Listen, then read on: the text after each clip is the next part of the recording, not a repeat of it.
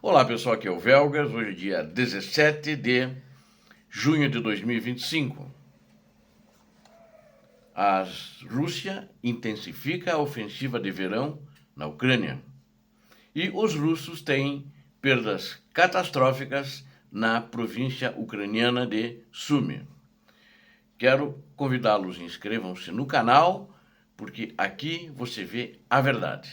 E também que capriche no like, que é muito importante perante o YouTube, que ele distribui para mais pessoas.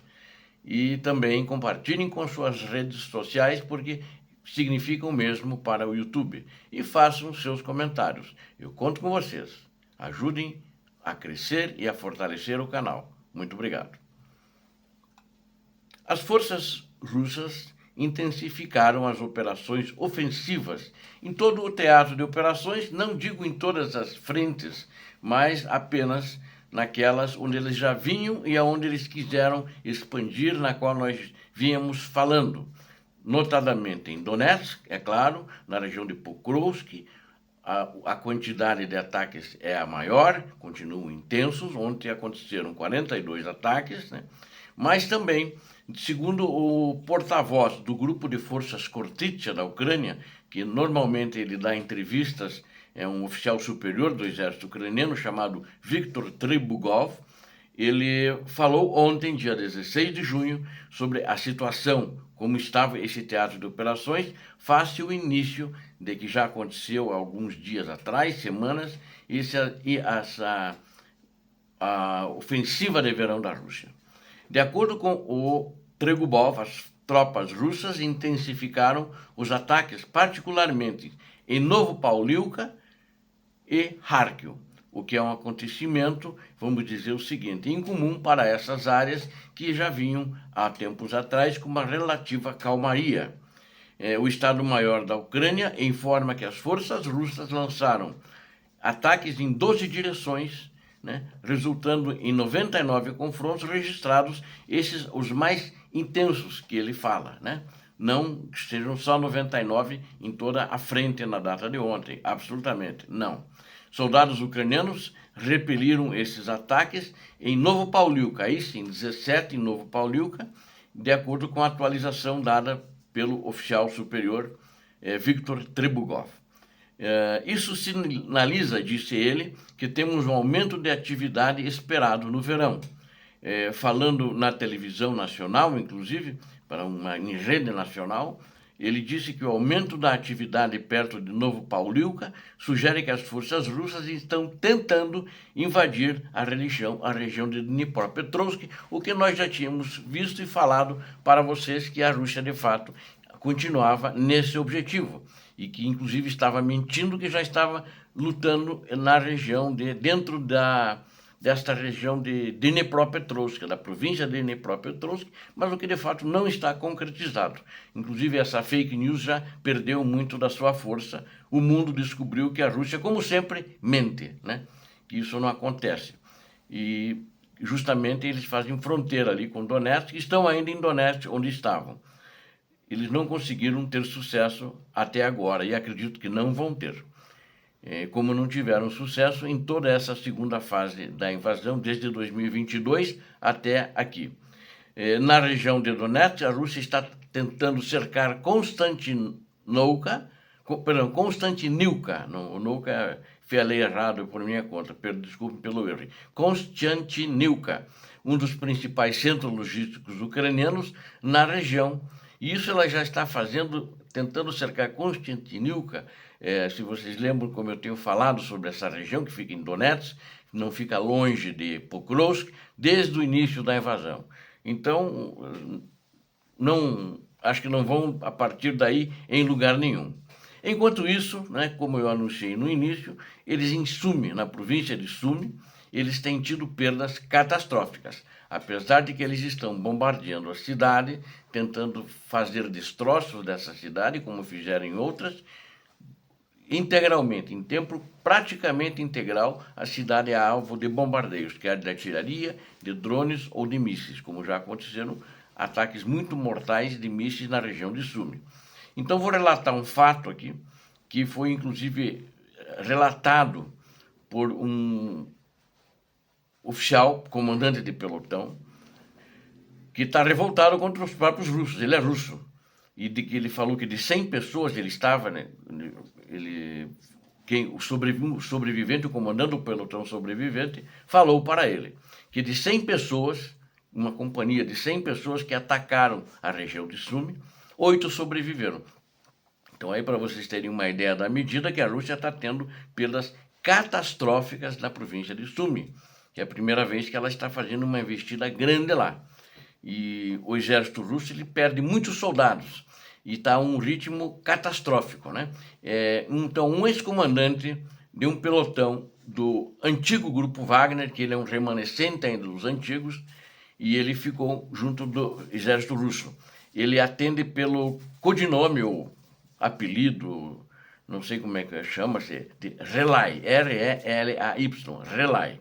E ele falou sobre o que está acontecendo nas fileiras da 40ª Brigada de Fuzileiros Navais separada da Rússia, que está justamente atacando Sumi. Então, essa brigada de número 40, onde esses ataques estão continuando, e ele referiu-se ao companheiro dele, companheiro de armas, segundo ele, que participou da captura dessa vila, uma vila chamada, do combate da captura de Kondratyivka, nos dias 5 e 6 de junho, agora recentemente. Então, esse relato, ontem que veio à tona. E, segundo ele, de 100 pessoas que eu já falei no início, 8 sobreviveram. E essas 8 foram acusadas pelo comandante, que ele identificou, é um apelido também, ele não quis dar o nome do comandante, chamou o comandante desse batalhão onde eles estavam de Hornet, né? E declarou que ninguém deveria ter sobrevivido e chamou os sobreviventes de 500 desertores, esses 8. E isso revoltou esses 8. E aí ele falou, eles deveriam morrer. O comandante, esse Hornet, falou, eles deveriam morrer, todos eles. Ninguém deveria voltar. E agora eles vão para o próximo ataque e vão morrer de qualquer maneira. Isso disse o comandante, de acordo com o Relay, que ficou revoltado com esse posicionamento do comandante. Ele faz parte da mesma brigada. Os sobreviventes ficaram sem alimentação por semanas, sem tempo para se recuperar. E aí após um breve descanso, eles já estavam sem alimentação, com alimentação muito mal, né, por semanas, né? E aí, após se recuperar um breve descanso de algumas horas, o comandante mandou eles para um novo ataque de carne moída, né? Esses 8 buchas de canhão sobreviventes. Um dos sobreviventes, ele usou um apelido chamado de Afghanets, né? Talvez que de Afeganistão, alguma coisa assim, mas é Afghanets que ele usou. Ele afirmou que eles foram forçados a assinar relatórios que negavam a veracidade das declarações do Relay, que antes deles irem para a frente de combate, o Relay revoltado, esse comandante de pelotão, relatou e mostrou, e aí o próprio Relay mostrou seu distintivo condecorações que ele ganhou para provar sua autenticidade, quem é ele. Ele foi para as redes sociais dos russos, né? E ele mostrou medalhas que ele ganhou pela captura de Bakhmut e Vuhledar. E ele também admitiu que, após suas declarações, recebeu ameaças, acusações, inclusive ameaças de morte, dos próprios comandantes russos. De acordo com os padrões militares da OTAN, para um exemplo apenas, uma unidade é considerada incapaz de combate, com perdas de 30% a 40%, e não é mandada imediatamente de volta ao combate como eles foram. Mas no caso do exército russo, estamos falando que eles tiveram uma perda. 92, se sobreviveram 8, 92% foi a perda. E após os quais os restantes deveriam ser salvos, mandados para uma linha de retaguarda, se integrar, passar um tempo se integrar numa outra unidade, mas eles foram lançados imediatamente na batalha. Já em seguida, numa onda de carne moída.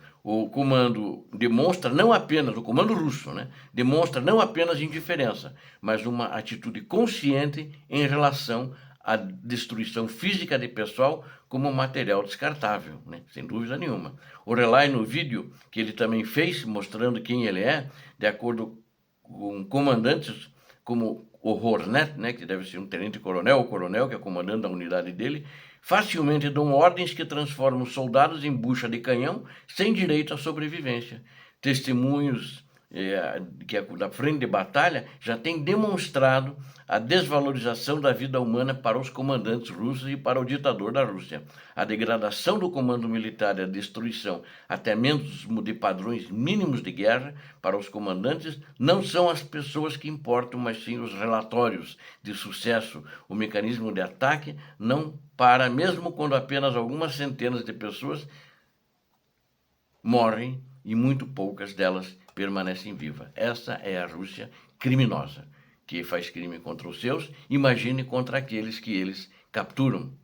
Né? Faz crimes muito maiores, como aconteceu, inclusive, em declarações de prisioneiros de guerra que voltaram, que sofreram torturas graciosamente porque eram soldados, não tinham informações relevantes para passar para os russos. A Rússia sempre foi e sempre será criminosa. Obrigado a vocês que assistiram a este vídeo. Conto com vocês. Inscrevam-se no canal, deem um like, compartilhem com suas redes sociais e façam seus comentários. Você viu aqui a verdade. Inscreva-se, eu conto com você. Deus abençoe a vocês, Deus abençoe a Ucrânia, Deus abençoe o nosso amado e querido Brasil. Paz e bem.